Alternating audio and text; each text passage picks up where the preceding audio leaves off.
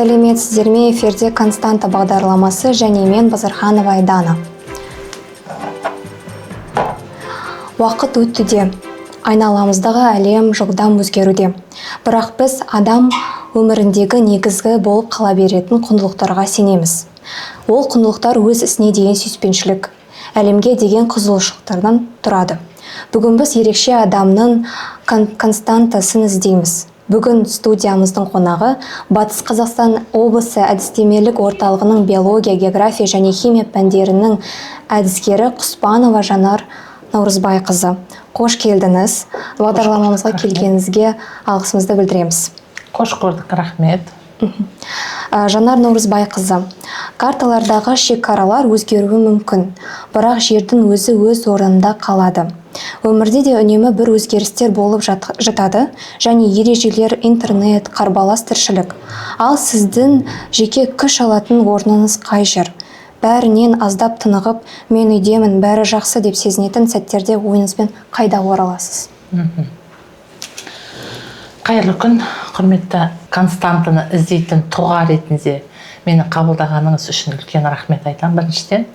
Екіншіден, қазіргі жаңа заман, жаңа талап, жаңа өзгерістер бір күннің өзінде, бір сағаттың өзінде өзгеріп жатырған осындай заманда ең бірінші адам өзгермейді. Мысалы, қанша заман өзгерді десек те, сол заманды өзгертетін бұл адам, яғни сондықтан адам заманына қарай өзгеру керек. Мысалға, мен бұрынғының адамы деп көне адам болып қалу, бұл қазіргі заманға кішкене сәйкес келмейді деп ойлаймын. Себебі ең бірінші біз педагогпыз. Педагог бұрынғы стандартты оқытудан көрі қазір жаңаша оқытуға біз көштік. Сондықтан да біз қазіргі күнделікті болып жатырған ақпараттардың барлығын, жаңалықтың барлығын біз өзіміз меңгеріп, одан кейін біз алдымыздағы шәкіртке беру, ол біздің міндетіміз. Сондықтан да біз жаңалыққа құштар адамдарымыз, жаңалыққа сәйкесінше өзгереміз, баланы да дәл солай қылып, құндылықтарды ескере отырып, біз солай тәрбиелеп, баланы да өзгертеміз. Сондықтан да педагогтар үшін бұл жаңалықты өзгерту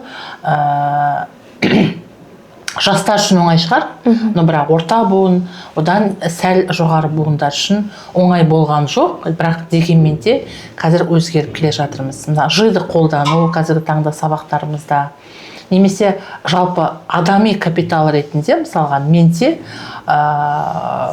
күнделікті жұмыста емес, күнделікті біз өзіміздің өмірімізде де, отбасында қонақ шақырған кезде түрлі дастарханды жаю үшін де жидың мүмкіндіктерін пайдаланып жатамыз. Бұның өзі мысалға жаңа өзгеріске, жаңа ортаға бейімделу, жаңа өзгерістерді қабылдау, соған сәйкесінше өмір сүру деп білемін. Енді адам бойындағы маңызды құндылықтар, ол атадан балаға беріліп келе жатқан, ата-анадан берілген құндылықтар, ол ең бірінші адамның адамгершілігі. Адамды адам ретінде қабылдау, адамды адами тұрғыда сыйлау, құрметтеу, жауапкершілікте болу, ең бірінші өзіңнің жауапкершілігің болу керек. Кез келген нәрсені көрген кезде, тыңдаған кезде ең бірінші дұрыстап мұқият тыңдау, жауапкершілікке, оқушыларыңызды да жауапкершілікке тәрбиелеу ең бастысы. Бұның барлығы ең адами құндылықтардың бірі деп санаймын. Талап ету, жауапкершілікте атқару кез келген істі бастадың ба, аяғына дейін соған жетуге көмектесу, шыдамдылыққа, төзімділікке баулу, бұл енді басты құндылықтар деп санаймын. Дұрыс айтасыз. Мен сізбен толықтай кездесемін. Енді әр халықтың ұрпақтан ұрпаққа беріліп отыратын өзіне тән қасиеттер болады. Оларды өзгерту мүмкін емес сияқты. Сіздің ойыңызша, біздің халқымызға қиын уақытта да мойымай, бір-біріне сүйеніп өмір сүруге көмектесетін қандай қасиеттер бар? Жылдар өтсе де өзгермейтін қандай мінез бізге тән? Ең басты мінез, қазаққа тән мінез, бұл шыдамдылық. Біз шыдап келеміз әлі күнге дейін. Қанша жылдар өтсе де біз кез келген қиындықтың барлығына шыдадық, төздік, нәтижесінде біз тәуелсіздік алдық. Ең бірінші тәуелсіздігіміз осы қазіргі таңда қалып отырған, осы біздің өздерінің жанын, қанын төгіп осы тәуелсіздікті алып берген апаларымызға, ағаларымызға үлкен алғыс айтамыз. Сол төзімділіктің нәтижесінде қазіргі біздің ұрпақ, біздің қазақ елі, жалпы Қазақстан мемлекеті қазіргі таңда даму үстінде, әлі де дами береді деген ойдамын. Ең басты құндылығымыз біздің ол шыдамдылығымыз, төзімділігіміз, жауапкершілігіміз, өзімізге міндеттелген жүкті баспен көтеріп атқарып келе жатырмыз деп ойлаймын. Химияда уақыт өтсе де тот баспайтын металдар бар. Олар қанша сынақтан өтсе де өз қасиетін жоғалтпайды. Адам бойында да сондай қасиеттер болады. Сіздің ойыңызша, адамға айналасындағылар басқаша әрекет етсе де өз принциптеріне адал болып қалуға не көмектеседі? Отбасынан, туған жерінен берілетін сол ішкі біріктік қайдан пайда болады? Ол отбасынан беріледі.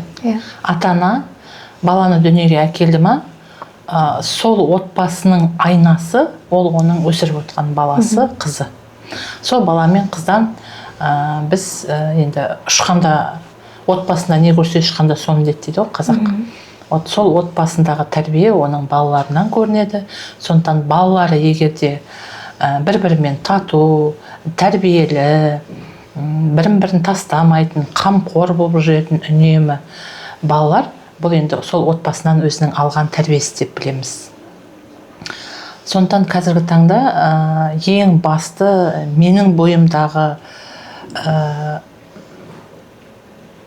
отбасымнан алған тәрбием, бұл біріншіден адамгершілік, екіншіден жауапкершілік. Кез келген істі жауапкершілікпен қабылдаймын.